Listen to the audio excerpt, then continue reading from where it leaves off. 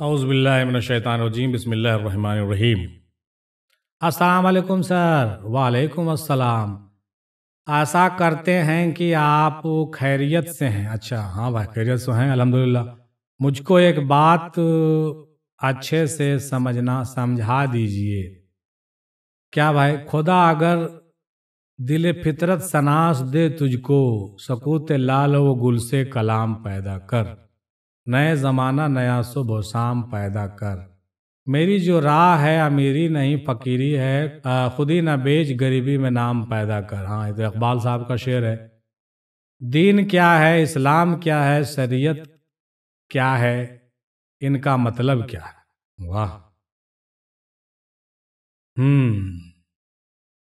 آپ نے جو حضرت اقبال کا شعر لکھا ہے یہ بہت اچھا شعر ہے۔ اس شعر میں حضرت اقبال رحمۃ اللہ علیہ نے بہت عمدہ بات کہی ہے کہ خدا دل فطرت سناس دے تجھ کو تو سکوت لال و گل سے کلام پیدا کر۔ حضرت اقبال نے یہ بتایا کہ آپ جو ہے فطرت سناسی پیدا کیجئے، فطرت کو پہچانیے۔ فطرت سناسی پیدا کیجئے گا تو آپ حق کو بھی پہچان جائیے گا، یہ بات انہوں نے کہی ہے۔ اور اسی لیے یہ بات انہوں نے کہی ہے کہ اسلام جو ہے دین فطرت ہے۔ جو کوئی دین فطرت اور نیچر اور کائنات کو پڑھے گا، اسٹڈی کرے گا، اس کو اسلامیات بھی سمجھ میں آ جائے گی، دینیات بھی سمجھ میں آ جائے گی، یہ حق ہے۔ اسی لیے اس کو دین سے جوڑ کے سمجھا جا سکتا ہے۔ تو دین کیا ہے، اسلام کیا ہے، شریعت کیا ہے، ان کا مطلب کیا ہے؟ بالکل صحیح بات پوچھا آپ نے۔ دین فطرت ہے اور دین اسلام ہی سب سے بڑا دین ہے، سب سے اچھا دین ہے، یہ تو ہم لوگ سبھی جانتے ہیں، ہے نا؟ دادا سرکار کہا کرتے تھے کہ دین بمانے فطرت کے ہوتے ہیں، ہے نا؟ یعنی نیچر کے ہوتے ہیں۔ دین کا تعلق ہمارے نیچر سے ہے، ہمارے فطرت سے ہے، اسی لیے اسلام کو دین فطرت کہا گیا۔ یعنی اسلام ایک ایسا دین ہے جو دین فطرت ہے۔ اس کا جو تعلق ہے وہ تمام تعلقات نیچر سے لیے گئے ہیں اور نیچرل ڈھنگ سے اس کو بنایا گیا ہے، اس لیے دین اسلام جو ہے دین فطرت ہے۔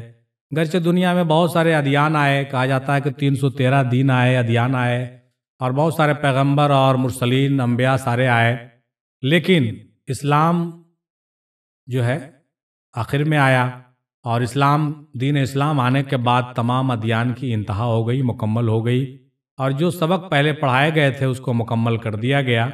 اور بعض بزرگوں نے یہ بھی کہا ہے کہ جتنے 313 دین آئے ہیں وہ سارے کے سارے جو ہیں وہ اسلام کا ہی ایک حصہ تھا۔ مطلب یوں کہہ لیجئے کہ ٹکڑے میں اسلام آ رہا تھا دھیرے دھیرے، اور آخر میں وہ اسلام جب مکمل ہوا تو وہ دین اسلام کہلایا۔ حقیقت میں وہ سارے ادیان جو ہیں وہ اسلام ہی تھے اور اسلام کے ہی حصے مانے جاتے ہیں۔ اور بہت اچھی بات ہمارے ایک مدرس تھے، ایک مولانا تھے، انہوں نے بھی اس بات کو ایک بار کہا تھا اور ہم نے سنا، انہوں نے بہت اچھی بات کہی کہ قرآن میں بہت کم ہی ایسے آیات مقدسہ ہیں جو رسول پاک پر نازل ہوئے ہیں۔ باقی جتنے بھی آیات ہے یا جتنا بھی جو ذکر ہوا ہے وہ صرف یاد دہانی کے لیے کہا گیا ہے، اور وہ ساری باتیں پہلے اتر چکی تھی۔ یعنی جیسے کہ کہا گیا کہ آپ نے دیکھا کہ میں نے موسیٰ پر کیا کیا تھا، ہم نے بنی اسرائیل پر کون سی نعمتیں دی تھی، ہم نے داؤد کو یہ کہا تھا، ہم نے یوسف کو یہ کہا تھا، ہم نے نوح کو یہ کہا تھا۔ مطلب تمام انبیاء کا یاد دہانی کرتے ہوئے تمام لوگوں کو، تمام نبیوں کو جو بات بتائی گئی تھی، رسول پاک کو یاد دہانی کرتے ہوئے سب سنایا گیا، بتایا گیا، اور یہ کہا گیا کہ یہ سب چیزیں ہم نے پہلے بھی سب کو کہی تھی اور بتائی تھی، اور کچھ اس کے علاوہ جو مخصوص باتیں رہ گئی تھی وہ رسول پاک کے لیے خاص طور سے بیان کی گئی۔ اور یہی وجہ ہے کہ یہ بات سمجھ میں آتی ہے کہ اس کے پہلے جو جتنے بھی دین آئے ہیں وہ تمام دین جو ہیں یقینی طور پر اسلام کا ہی پارٹیکولر حصہ رہے ہیں، اور جو کہیے کہ جو احکام نافذ ہوئے تھے وہ تھوڑے تھوڑے نافذ ہوتے گئے، اور وقت پر وہ چیزیں بدلتی گئیں۔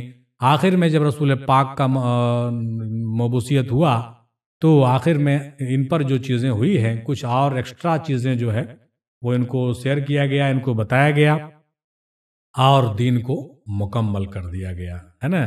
تو کہنے کا مطلب اصل دین اور مکمل دین اسلام ہی ٹھہرا۔ اسی لیے ہم کہیں گے کہ دین اسلام ہی سب سے بڑا اور سب سے مکمل دین ہے اور سب سے کہیے کہ اصل دین ہے اور پورا دین ہے نا. تو دین کیا ہے سمجھ میں آ گیا. اور دین اسلام ہمارے زندگی کے لیے، ہمارے مقصد کے لیے، ہمارے کامیابی کے لیے ایک بہت بڑا کہیے کہ ایک گائیڈ لائن ہے اور ایک کانسٹیٹیوشن جو ہے اس کا نام ہم شریعت رکھتے ہیں. یعنی اس کے طریقے کو فالو کرنا، اس کو یہ کرنا، اس پر چلنا جو ہے شریعت کہلاتا ہے نا. اس کا جو نظام ہے اس کو قائم رکھنے کے لیے شریعت قائم کی گئی اور اس کا یہی مطلب ہے.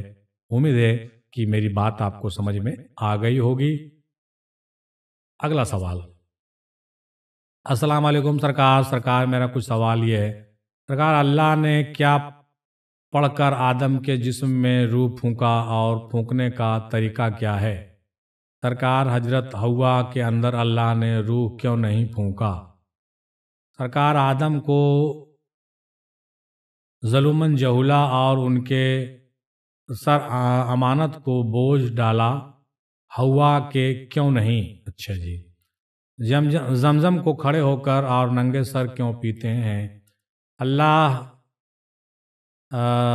سہ رگ سے بھی زیادہ قریب ہے، سہ رگ میں کیوں نہیں؟ اچھا. کلمہ طیب کا رہا ہے کہ محمد اللہ کے رسول ہیں. اگر سرکار محمد اللہ کے رسول ہیں تو ہم سب کا ہمارا رسول کون ہے؟ سرکار اس سوال پر میں معافی چاہتا ہوں، پر ترجمہ کے حساب سے سمجھنا بھی چاہتا ہوں.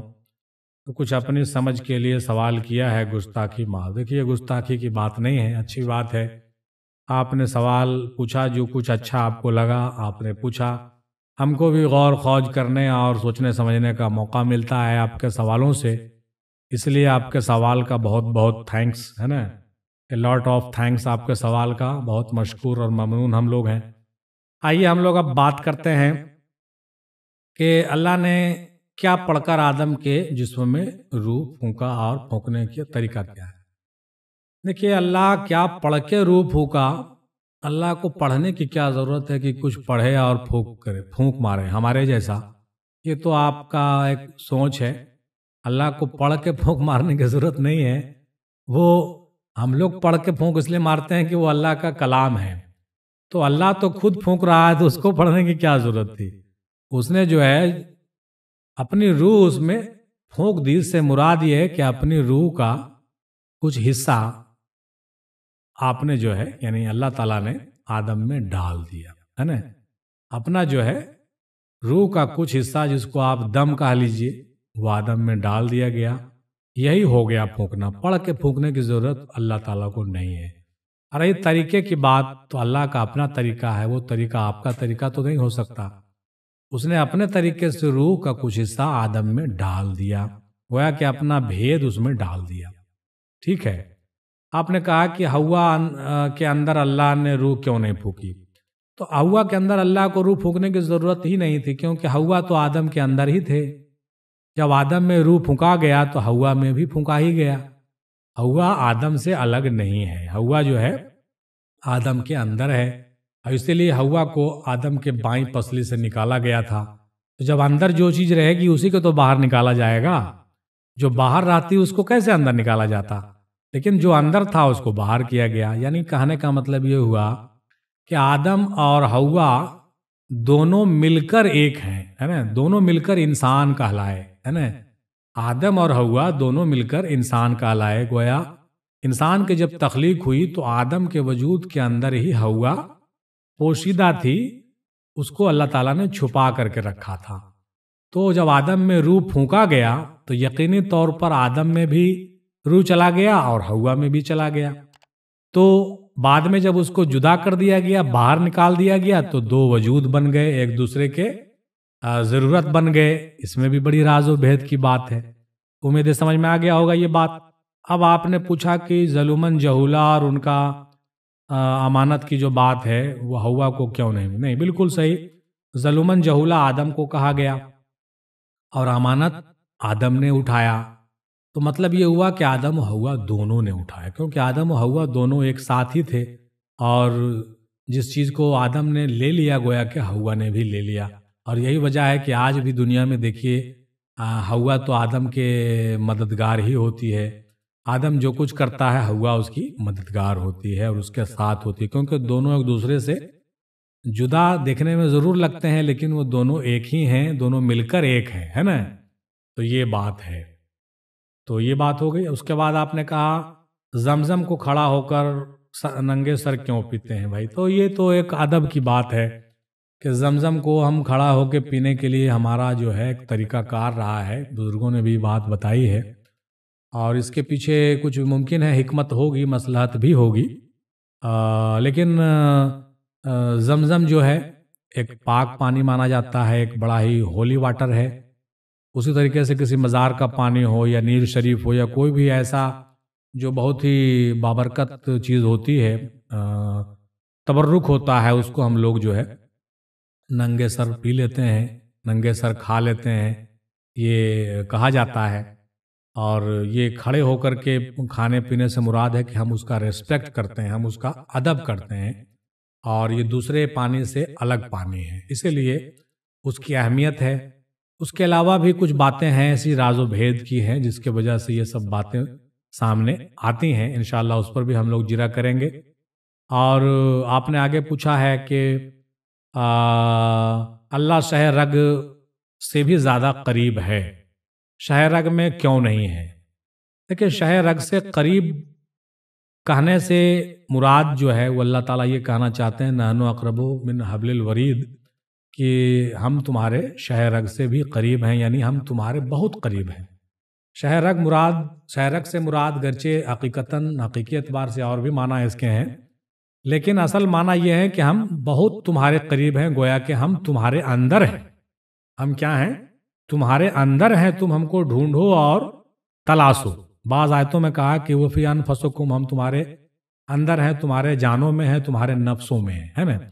تو ان تمام چیزوں کو اکٹھے سمجھیے گا تو بات سمجھ میں آئے گا۔ بعض آیتوں میں اشارتاً بہت سی بات کہی گئی ہے، بعض آیتوں میں کچھ حجاب رکھا گیا ہے، بعض آیتوں میں کچھ کھول کر بیان کیا گیا ہے۔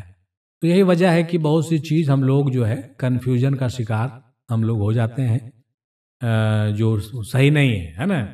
تو کہنے کا مطلب کہ یہ سب غور کرنے کی بات ہے۔ آپ نے کہا کہ کلمہ طیب کہہ رہا ہے کہ محمد اللہ کے رسول ہیں، اگر سرکار محمد اللہ کے رسول ہیں تو ہمارا رسول کون ہے؟ ہاں، یہ ٹھیک ہے، یہ تو صوفیہ کے ہاں یہ بات چلتی ہے کہ اللہ کا رسول تو محمد صلی اللہ تعالیٰ علیہ وسلم ہے، ہمارا رسول کون ہے؟ تو دیکھیے بھائی، ہمارا رسول بھی محمد صلی اللہ تعالیٰ علیہ وسلم بھی ہے، کیونکہ وہ اللہ کے رسول ہیں اور تمام امت کے بھی رسول ہیں۔ آپ اس کو کیسے کاٹ دیجئے گا؟ حضرت محمد صلی اللہ تعالیٰ علیہ وسلم اللہ کے رسول ہیں، اللہ نے ان کو رسول بنا کر بھیجا، وہ اللہ کے رسول بھی ہیں، اللہ کے محبوب بھی ہیں، لیکن اللہ کے رسول جو ہیں وہ ہمارے بھی محبوب ہونے چاہیے اور ہمارے بھی رسول ہونے چاہیے، ہے نا؟ اس کو سمجھیے۔ اب رہ گئی بات کہ صوفیہ میں بہت سی باتیں اصطلاحاً ہوتی ہے، تو اصطلاحاً ہوتی ہے تو اس کو سمجھنا اصطلاحاً بھی سمجھنا ہوتا ہے۔ جیسے کہ بھائی اللہ کا رسول ہے تو تمہارا رسول کون ہے؟ تو آپ ان کو کہیے کہ ہمارا رسول ہمارا پیر ہے، ہمارا رسول ہمارا پیر ہے۔ ہم جس کے ہاتھ پر بیعت ہوتے ہیں، جو ہمارا اللہ کو رسول کا جو نائب ہوتا ہے وہ ہمارا رسول ہوتا ہے۔ ہم اپنے رسول کو پہچانیں گے، دیکھیں گے، اس کی زیارت کریں گے، اس سے بیعت حاصل کریں گے، اس کی صحبت اختیار کریں گے، اس کو محبوب رکھیں گے۔ وہ ہمارا آئینہ ہوگا، ہمارے رسول کا وہی آئینہ ہوگا، ہے نا؟ ہمارے رسول مقبول کا جو آئینہ ہوگا وہ ہمارا رسول ہوگا، یعنی نائب رسول جو ہیں، ہمارے پیر جو ہیں وہ ہمارے رسول ہیں، ہے نا؟ امید ہے سمجھ میں آ گیا ہوگا۔ ہم سب کے ہمارا رسول کون ہے؟ ہاں۔ پھر آپ نے کہا کہ سوال پر میں معافی چاہتا ہوں۔ معافی چاہنے کی بات نہیں، بات آپ کو سمجھ میں آ گئی، بہت سی باتیں ہم نے اشارتاً آپ کو بتائی ہے۔ اب بہت سی باتیں ایسی ہیں جو کھول کے نہیں کہنا ٹھیک ہے نا؟ تو اس کو آپ تنہائی میں غور و فکر میں سمجھیے اور پہچان لیجئے۔